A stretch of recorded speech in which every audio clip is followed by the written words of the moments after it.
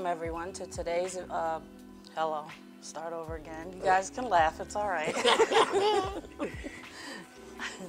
5, 4, 3, 2, 1. Welcome everyone to today's episode of TC Eckstein's Souldiers Empowerment Café TV. We're here in the studio today at Focus TV with Casanova, rap lyricist, and we're here with Mufasa RKG, who is a talented visual artist extraordinaire, many titles. I can't, we're laughing because we know there's too many titles to give him. And we all together, including many others, have worked recently on a project for the homeless, which is a CD-DVD project entitled Nlistic Souldiers Empowerment Project. And the CD is out so far. We're going to get the DVD out within a month. But they're both on the project, as well as myself and Dion Ballard and many others. And it's a multiple genre CD project that has all types of different kinds of music. So it's volume 1, and it's going to be a series of volumes, which is 5 parts. And each one is going to be donated, all the proceeds, to a homeless and food shelter of a choice that we all collaborate and vote on. So the one for volume 1, is the homeless the Friends of the Homeless here in Springfield, Massachusetts. And we're about to begin project 2, volume 2, I'm sorry.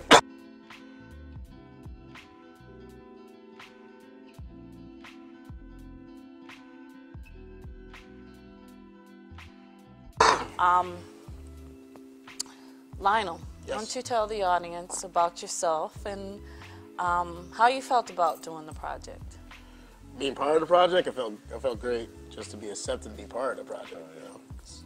Yeah. As far as my music, it's very versatile, and a lot of the messages, content, a lot of the things I just talk about in general, it varies, So just having the right material for this project was pretty cool for me. And being accepted to revealed, and I was like, all right, cool. And the whole cost about it, as far as benefiting the homeless and helping people seek shelter, I take great pride in that. Yeah, it's very important and very much a necessity today. Yeah, everyone deserves a roof over their head. Oh, Place warm, especially in New England. You need a place warm to stay or some food. Yeah. That everyone deserves that. That shouldn't be taken away from anyone.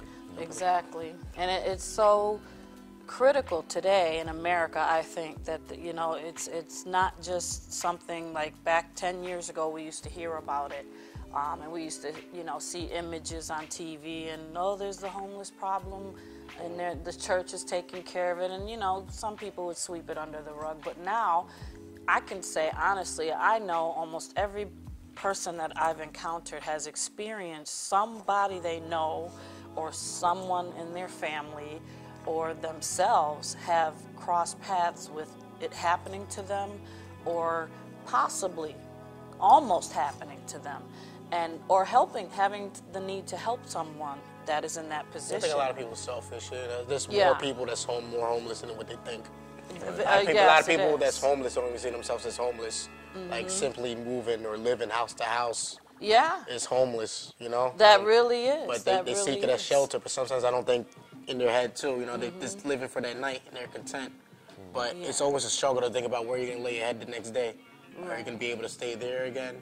Because you don't want to overstay your welcome, especially when it's not yours. But like I said, it's just... Especially when you find yourself in an unfamiliar place. Yeah, it's hard, especially just to have a meal, make sure if you're going to eat tonight, you don't know if you're going to eat tonight or not. Yeah, that's just so sad.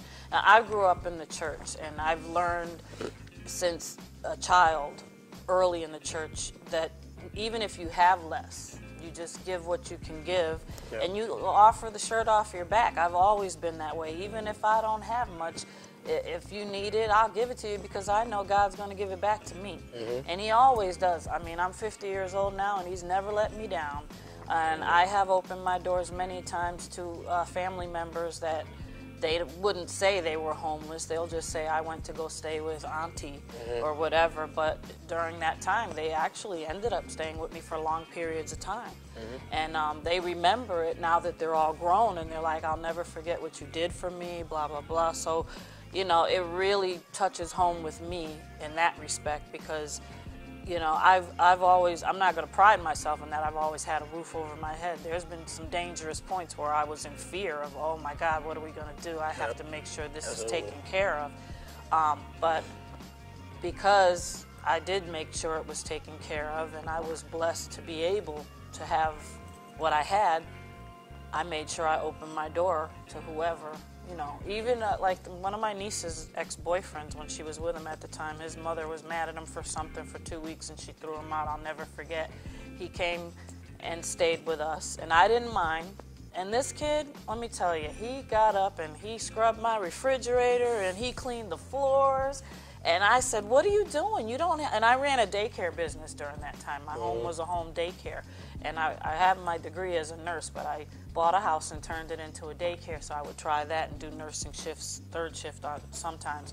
But during that time, he just picked up, started cleaning everything. I'm like, you know what? You can stay, and my son can go to your mother's house. And he was like, and my son got mad, of course. But I said, hey, he went out there. He's shoveling snow. He's raking leaves. He just picks up. He said, and I said, you know, that's the gratitude. Yeah, you know, I said, maybe he don't got the value to help maybe people. It's a gratitude. It's like he treats it as his own, even though it don't belong to him. So that shows that shows respect to the eye to be older too. And that's my son. I won't say that's a high appreciation level. You can't avoid that. I won't say his name on TV because you know, some people feel funny about that. But all the kids that know me and they grew up around me and they've been in and out my home, they call me Mama TC. And they got that respect because I know some of them have been in some sorry situations and my kids have brought them to me and said, Mom, this is what's going on. I'm like, you know what, I'll pull the kid aside, preach to him a little bit and say, you can stay here. Really? And they break down crying, whatever, and I'm like, stop crying, just, it's okay. It's going to be all right. Take it one day at a time. But doesn't always work like that for everyone, though. No, it doesn't. It doesn't. There's a lot of positive thinking behind that. Yeah. But sometimes you got to think of certain scenarios because not everyone thinks alike. There's certain people that just like to capitalize on taking advantage sometimes. That's what I was gonna say. That's another thing because they didn't always turn out rosy. We've had some situations that were sticky, and it's like you're thinking to yourself, "Hey, I always said I would never put anybody out on the street or whatever." But sometimes you got to tell somebody, look, if you can't act right, you're going to have to step. And because you got to protect your own home and whoever else is in the home, especially if there's youngins and whatever. So, especially children.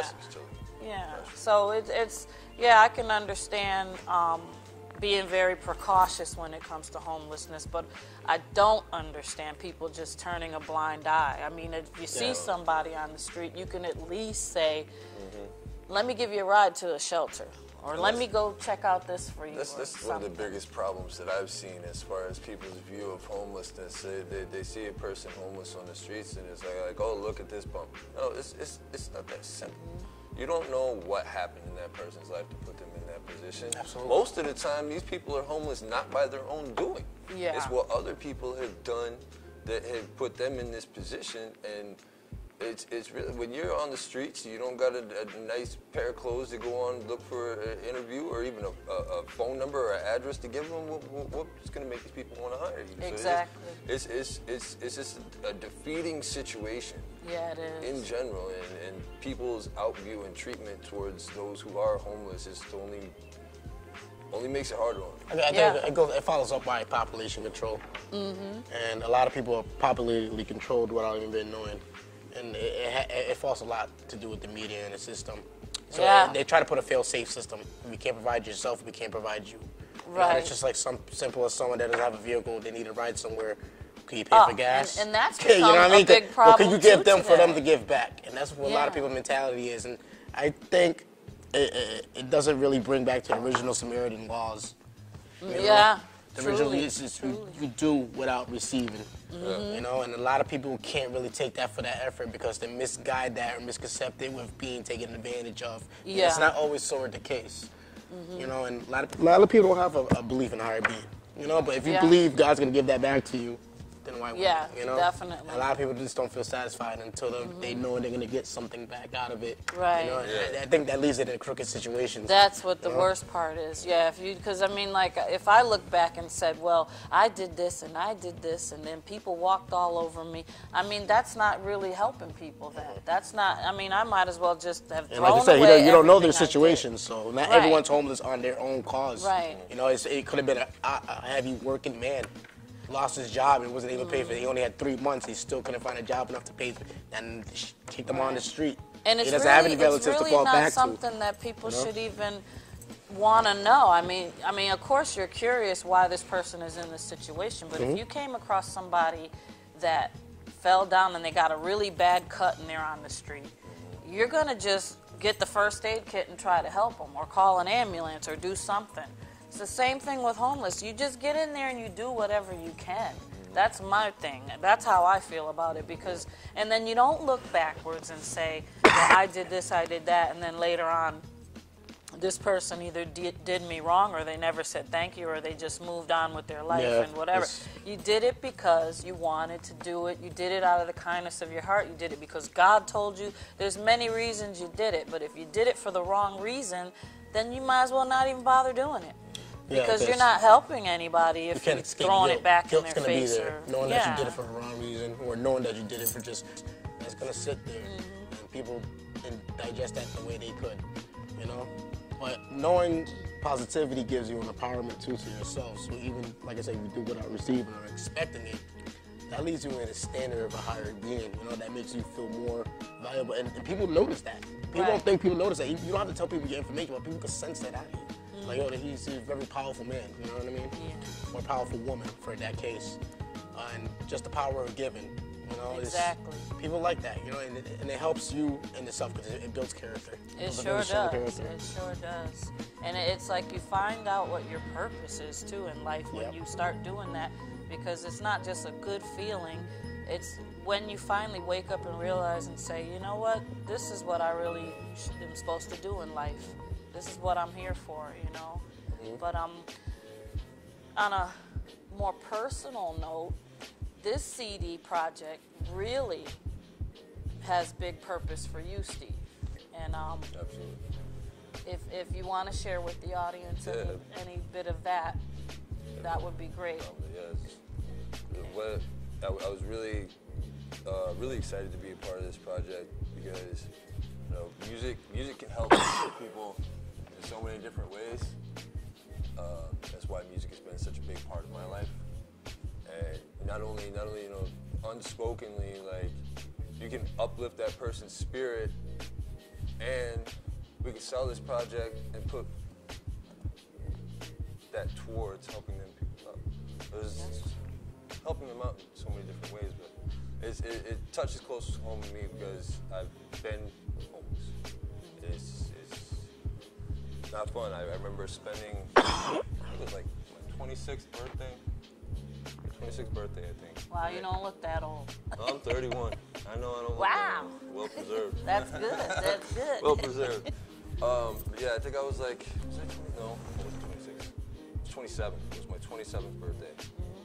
I spent my entire birthday hiding under a bridge from the rain, freezing. I had nowhere to turn. Wow.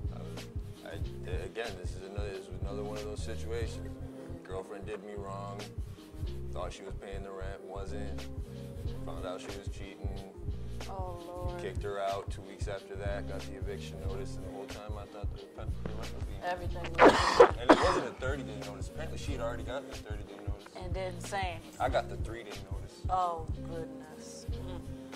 But you are still here today. I'm still here. I'm still fighting, God willing. You know, because God has a purpose over your life and your music and all that you're doing.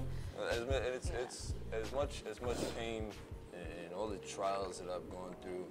I feel like it's all been His will. I'm a stronger person for what I've been through. It's led me to a place where I feel like excuse me. I'm from New York, but I got a love for Springfield. A lot of love. Where in New York you from? I'm from all over New York. Basically, mainly big up Harlem, stand up. Okay. Southside Bronx. Okay. I mean, I got Elmira, family in the Elmira, Bronx. Binghamton, and I see you, Rochester. Shout out to Buffalo. Rochester. I got people in Rochester. Albany, New York, stand up, man. I got love for all of y'all, man. And 5 boroughs that up top. See, and the great thing about this project that we've come together to work on it, Nlistic Souldiers Empowerment CD DVD project, is you can purchase it with downloading. And we're going to print up the album, you know, so people can purchase the hard copy CD. I don't know. I still to this day don't get why people still do that, because to me that's just more bulk. It's more garbage. When you buy a hard copy CD, there's a value to it. Like me, I like collecting. Yeah. I like collecting it. But you know, now we're in a fast-paced technology world, so everything's coming digital. But now I have all my songs easy here. access. Definitely easy access. But you know, you can't touch the material, and it's there digitally. You can lose it anytime or regain it. Well, come on, we're trying to sell the downloads. It's like back in the day, like collecting bottle caps, collecting trading cards. Yeah, like I mean they're nice. Especially with musicians around here, and they could become something better at the end. I was one of the first to have their press CD, like boom. Oh, that means a lot to me. With a cover. It's just like collecting records and buying them. Well, we gotta have them because we're on them and we each There's want a demand our for it. Maybe not so much demographically and now. Like, if I could get my hand on some cassettes, I would collect them, you know. But the international link up that we have, people can just download it. And if you consider, you got like, okay, on my Facebook page, I have like over 3,000 followers. I haven't hit the 5,000 limit yet. But if, you know, imagine if each one of those friends of mine purchased one download, a 99-cent song. You know, that's how much money would go to the homeless. I could do a lot oh of my good. God, that would feed and maybe house a lot of the homeless. You know, put clothes on their backs. Absolutely. And it would make such a difference. And this project, solely all the proceeds go to that. None of it comes to us. We donated our artistic creations to this project from our hearts. And that's why we feel so good about this project. And that's why I wanted these fellas to come on here today, because we want you to understand that we are very compassionate about homelessness and hunger in America.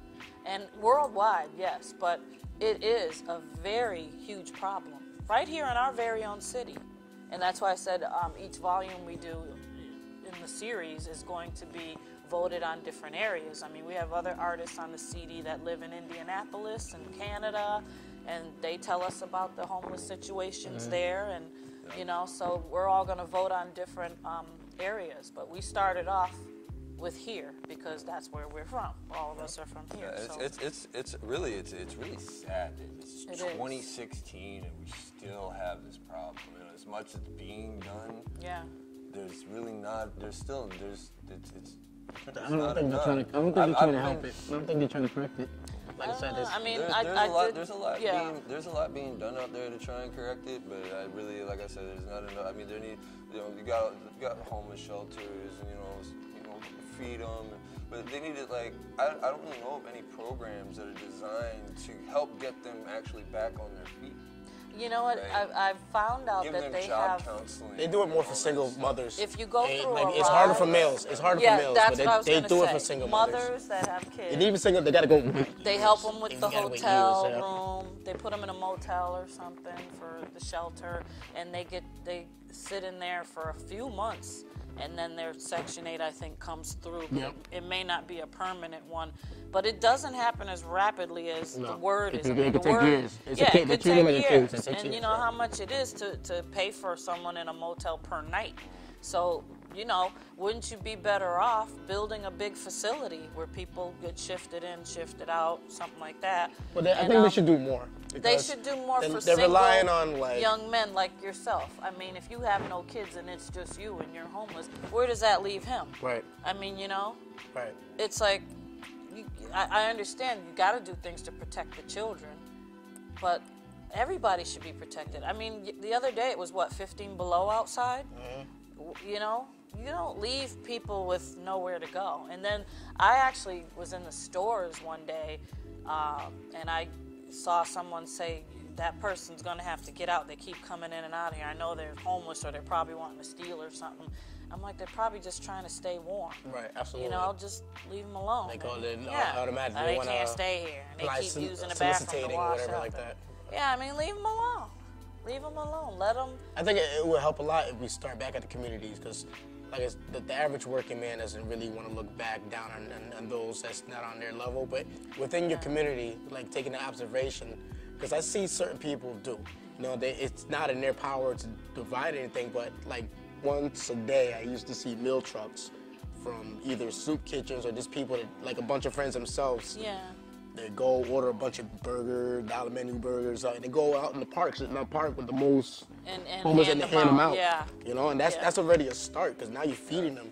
Yeah. You know, too bad we can't build a house for them, just give them a house, Exactly. but that's a start. That's a start, yeah. Definitely a start. I mean, that comes from the community. That's not from them, that's from us. Yeah. And I just think there needs to be more of us and multiply that. Yeah. Right. And then we all, each other, you know what I mean? So as you can see, everyone, we are not only recording artists and you know, just musicians, and we also expand out into community activism, and we are very, very passionate about the homeless situation and the food shelter situation, and we're also very passionate about the violence, the gun violence, and the crimes man, that's committed. a whole nother that's sadness. a whole nother That's show. a whole nother sadness. But we're going to take a short break. Domestic abuse, child abuse, everything. Yeah, oh lordy. So we're going to take a short break, guys, and we'll be back in a few minutes. So stay tuned to TC Eckstein's Souldiers Empowerment Cafe. Be right back.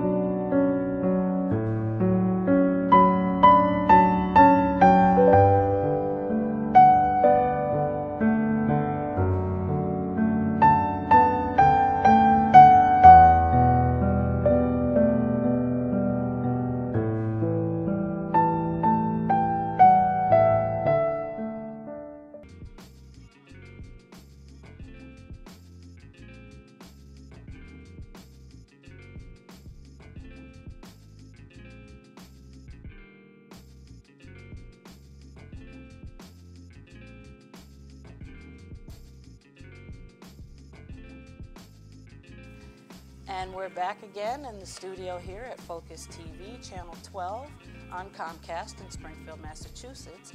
TC Eckstein Souldiers Empowerment Cafe TV. You can catch us here Fridays at 8:30 p.m. sharp. And we're in the studio today with recording artist Casanova and recording artist and artist extraordinaire, Mufasa RKG. And we've been talking a bit about homelessness and the project that we've worked on, the Nlistic Souldiers Empowerment CD/DVD project, for which all the proceeds go directly to the homeless shelter and food shelter.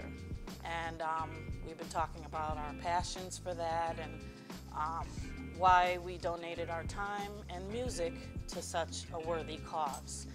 Now, in this second half of the episode, we're going to talk exactly about the recording artist. So I'm going to let you have a sneak peek into who Casanova is and who Mufasa RKG is. So we're going to start with Casanova.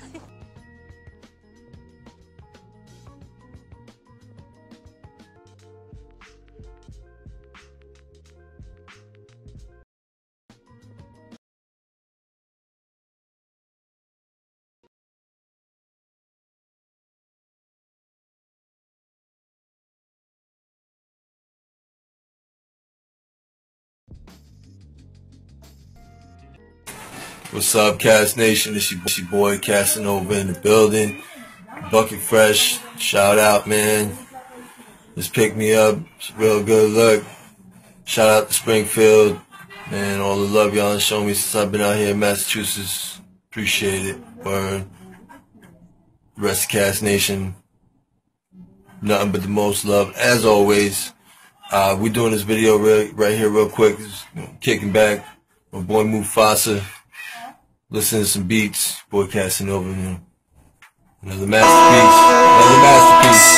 Here we go.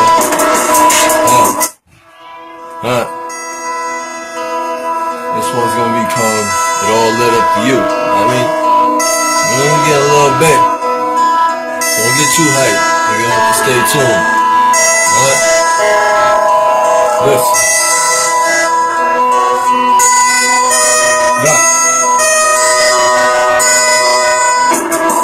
Really agony time to darkness in my life. It all led up to you. It all led up to you. Through the heart we can pray. You're my umbrella through the rain. It all led up to you. It all led up to you. It all led up to you. It all led up to you.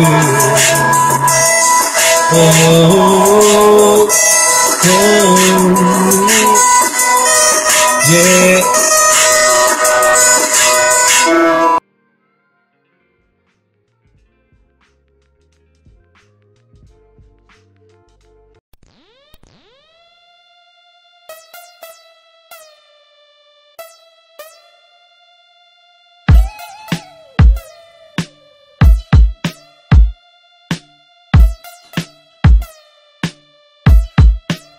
Alright. I can tell you ain't from this side of the dark road you wander on. Curious from the marks left from the trails made from these other songs. Sounding regular compared to your self-celebration. Celebrating wrong. Stuff in front of that.